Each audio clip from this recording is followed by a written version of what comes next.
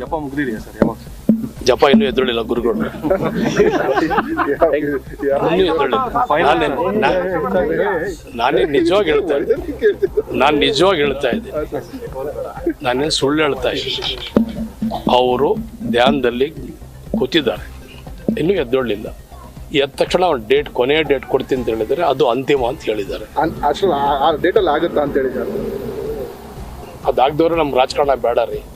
ಅಂದ್ರೆ ಸರ್ ಆ ಡೇಟ್ ಅಲ್ಲಿ ಇದು ಪ್ರಮಾಣ ವಚನ ಸ್ವೀಕರಿಸ್ತಾರ, ಅದ್ರೊಳಗೆ ಆಗ್ತಾರ ಏನು ಸರ್ ಎಕ್ಸಾಕ್ಟ್ ಒಂದು ಹೇಳ್ತೀವಿ ಸರ್. ಆ ಡೇಟ್ ಒಳಗಡೆ ಆಗ್ತಾರೆ, ಪ್ರಮಾಣ ವಚನ ಸ್ವೀಕಾರ ಮಾಡ್ತಾರೆ ಅವರು ಮುಖ್ಯಮಂತ್ರಿ. ಈ ಜಪ ಮುಗ್ದಿದೆಯಾ ಸರ್ ಯಾವಾಗ? ಜಪ ಇನ್ನೂ ಎದ್ರೊಳ್ಳಿಲ್ಲ ಗುರುಗಳು, ಇನ್ನೂ ಎದ್ರೊಳ್ಳಿಲ್ಲ.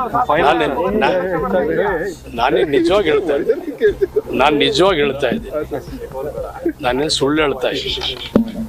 ಅವರು ಧ್ಯಾನದಲ್ಲಿ ಕೂತಿದ್ದಾರೆ, ಇನ್ನೂ ಎದ್ದೊಳ್ಳಿಲ್ಲ. ಎದ್ದ ತಕ್ಷಣ ಅವ್ರು ಕೊನೆಯ ಡೇಟ್ ಕೊಡ್ತೀನಿ ಅಂತ ಹೇಳಿದರೆ ಅದು ಅಂತಿಮ ಅಂತ ಹೇಳಿದ್ದಾರೆ. ಡೇಟಲ್ಲಿ ಆಗುತ್ತಾ ಅಂತ ಹೇಳಿದ್ದಾರೆ. ಅದಾಗದವ್ರೆ ನಮ್ಮ ರಾಜಕಾರಣ ಬೇಡ ರೀ.